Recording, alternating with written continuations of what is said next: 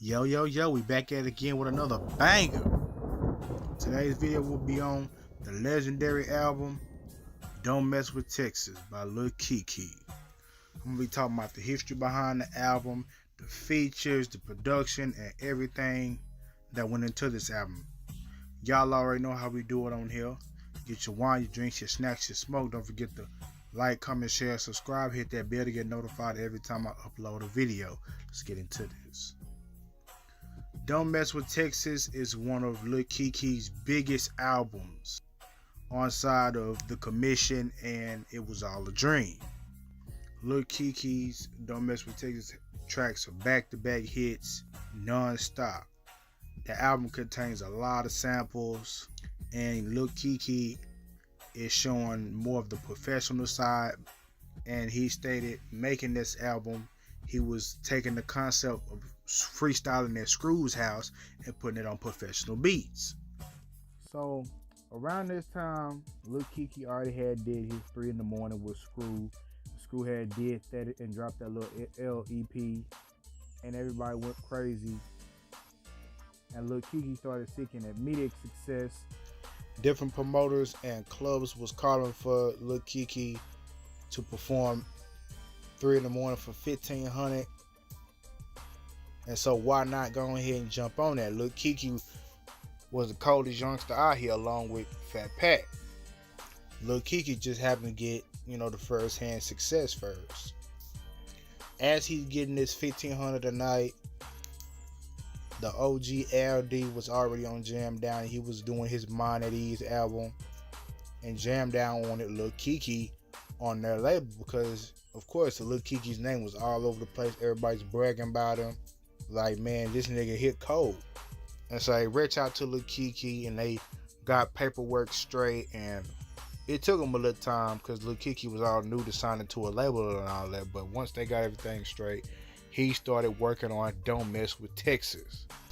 According to Lil Keke, he didn't care about all he wanted to do was rap and flow. He didn't care about no publishing, marketing, album covers, artwork, no promotion. He was just wanting to rap. He had a profession and all he wanted to do was use it. So Keke started working on the album and it was an immediate success. Of course, Double D was already at Jam Down, and Lil Keke came and that was introducing Keke to everybody. And apparently Lil Keke heard the Friends beat by Houdini, and he asked Double D can you redo that and remake it? I wanted a whole renewed remix and flip it for me. So Double D stated that he did it for him, and he was telling him how to play it and all that.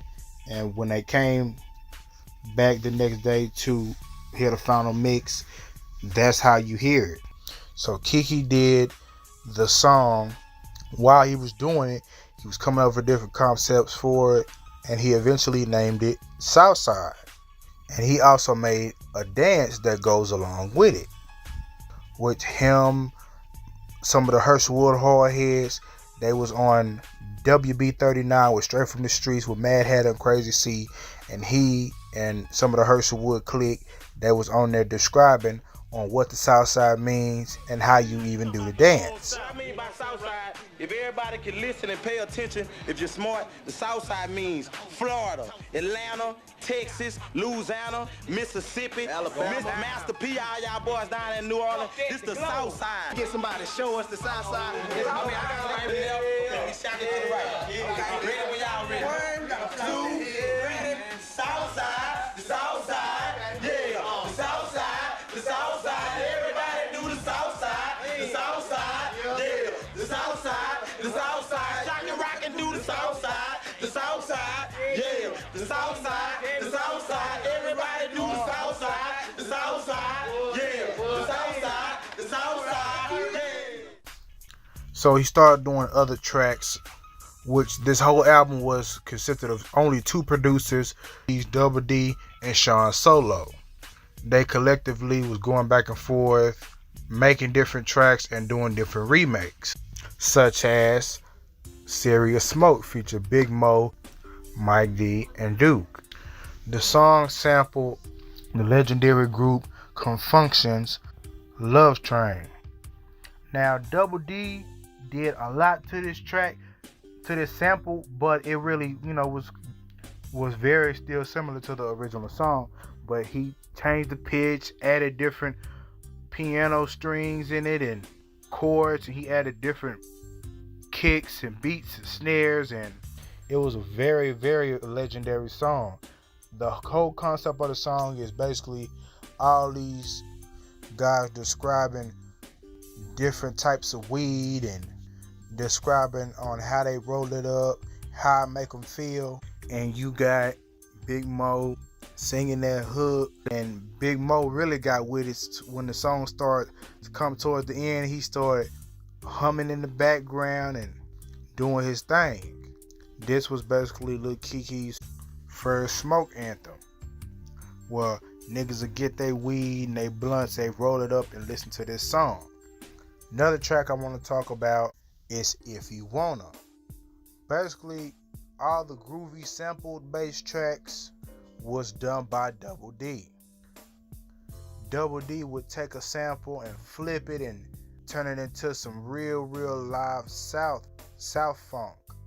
Again, this song sampled a legendary group, The Floaters, the song Float On.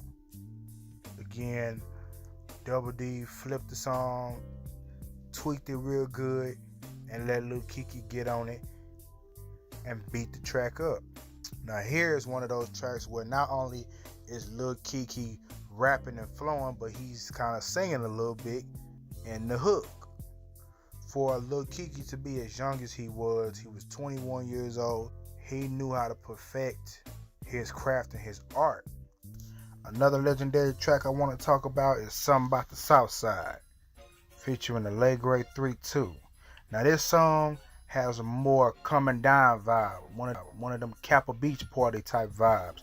You got your slab, your starch down, top down, you got your drink, you got your Swissers, you're feeling good, and you just flossing for the day.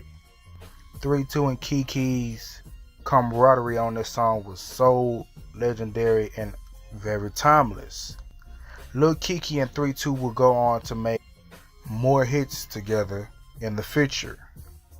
Now, it was rumored that Something About the Southside was supposed to be on 3-2's Wicked Buddha Baby album. Not sure how true that is, don't quote me. That was just what I heard, rumors, people putting in groups and stuff like that. The song sampled the legendary Richie Rich Let's Ride. Something about the West Coast.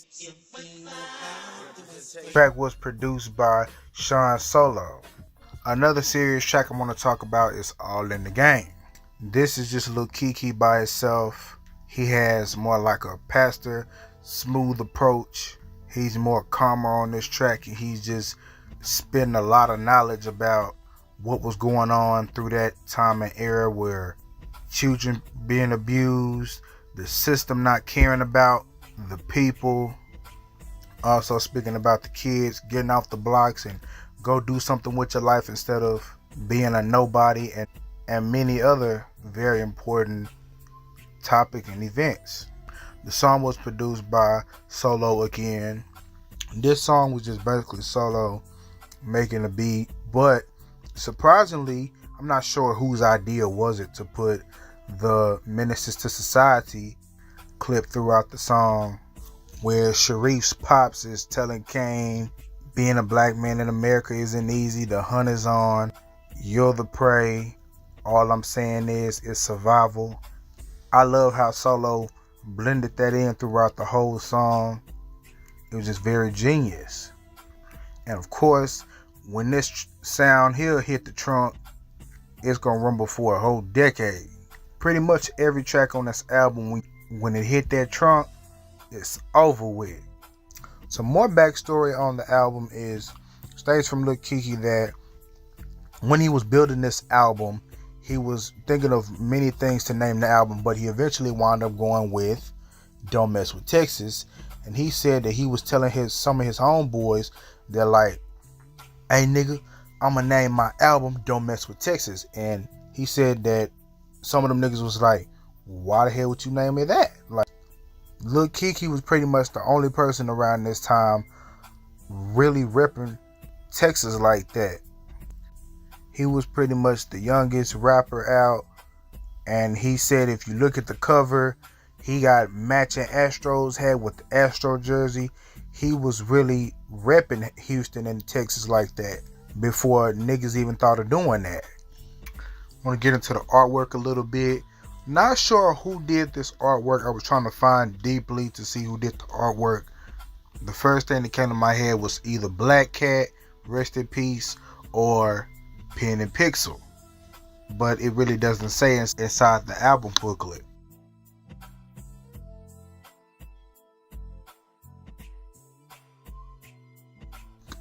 But if you look inside of the album booklet, you'll see that Lil Keke was giving thanks to everybody who was down with him, and just, giving words of his career and all that. Jam Down even put a few words in there, and that was like, shout out to the motherfuckers that broke into our office and stole all our shit. You know who you are. We know who you are, bitch. You can't stop 2 young millionaires. Bitch, to all our real players at 97.9 The Box. And they went on to thank many other people that they were involved with. This album was written by Lil Keke fully all the way. All the album was his mastermind and thinking. The exclusive producers, of course, was Patrick and Vince. And then you can see that the Screw version of Don't Mess with Texas was coming out.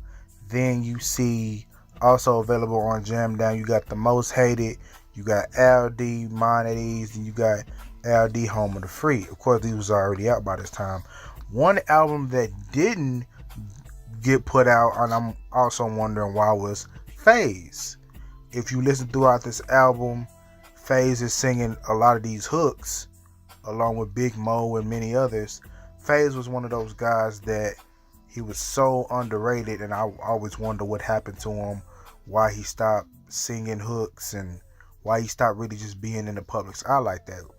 The last time that I really heard Phase on some music was when he had did the remix to Bounce and Turn with Lil Keke on his album Changing Lanes.